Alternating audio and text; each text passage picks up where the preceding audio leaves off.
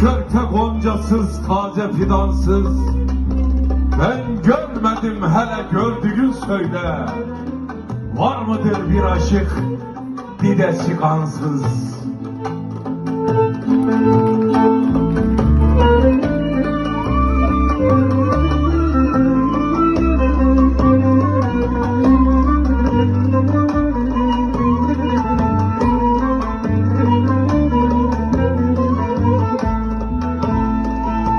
Sofu benden etme, sofu benden etme sevdayı sual. Süleyman'da dahi vardı bu hal. Aşık olan elbet sever bir cemal. Yanar mı pervane şemasız ansız?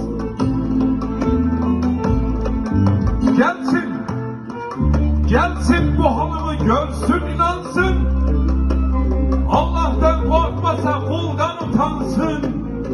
Dilerim Emrah'tan besbeter yansın. Çok yaktı canımı, çok yaktı canımı dinsiz imansız. Neydi bende aradığın, arayıp bulamadığın?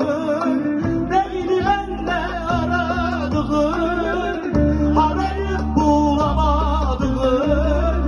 Ettin beni darmadağın, şimdi mi geldin aklıma? Yeni mi geldin aklıma?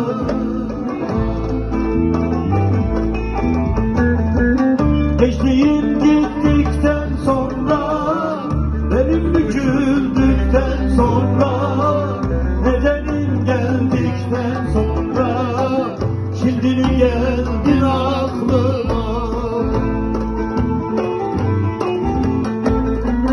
Gençliğim gittikten sonra, benim büküldükten sonra, nedenim geldikten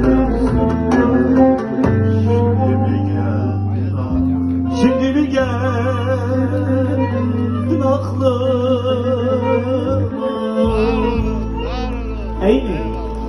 Hazırla bir tane daha. Yol ver o dağlara Şam belinden.